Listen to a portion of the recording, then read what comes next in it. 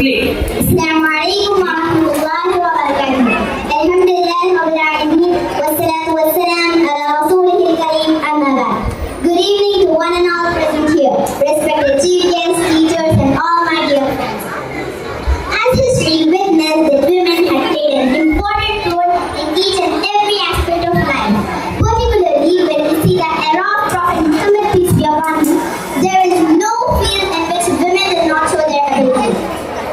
During the Prophet ﷺ's period, women played a very significant role in every field of life, like social, religious, economic, education, and even in warfare. My dear brothers and sisters, today I would like to throw some light about Muslim women in battles during the times of Prophet Muhammad peace be upon him. Muslim women also played a part in the defense of Islam and the Islamic State under the Prophet's command. In almost every military encounter, the participation of Muslim women, including the Prophet's wives and his daughters, mostly in nursing duty, is chronicled. In the Battle of Uhud, the Prophet ﷺ's loving daughter Fatima radiallahu anha dressed his wounds and helped the Muslim wounded. The Prophet ﷺ's wife Aisha radiallahu anha and the warrior Hamza's sister Safiya radiallahu anha were active in battle, carrying water for the soldiers and dressing their wounds. Amongst the other noble ladies of Islam from Medina who made their mark to help carrying water skins and doing nursing duty were Sulaim, Ayman, Ammar, Salid, Hannah and Nusayba radiallahu anha. My dear brothers and sisters, Ammar radiallahu anha was fought with a sword in her hand, fighting a Meccan attacker who tried to get to the burden of the Prophet's defenders. In the Battle of French, in 5th Hijri, the Prophet's aunt, Safiya radiallahu anha, fought and killed an enemy agent who was trying to unlock the entrance gate of a small fort in Medina in which the women folk and the children of Muslim defenders were lodged for safety.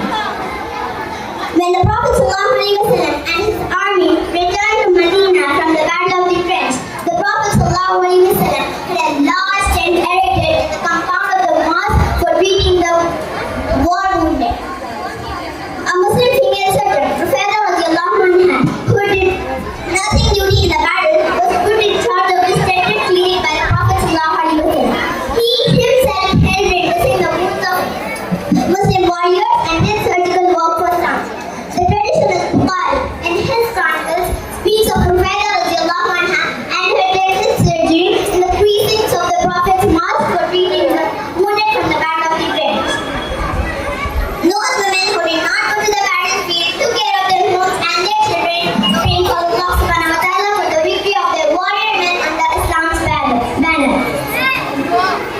My dear brothers and sisters, the Muslim women always dress very modestly, covering most parts of their body.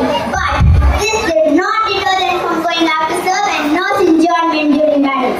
They had an important place in the Muslim society and in the institution of Islam. So my dear sisters, let's not lag behind. Let's follow the footsteps of Sahabiya and excel in every aspect of life. But remember, within the limits of Islam, may Allah strengthen our iman and count us among His chosen saints. Wa akhiru da'wana alhamdulillahi rabbil alamin. Jazakallahu khairan. Assalamu alaikum warahmatullahi wabarakatuh. Happy night. That is Kulsum Hasana for you.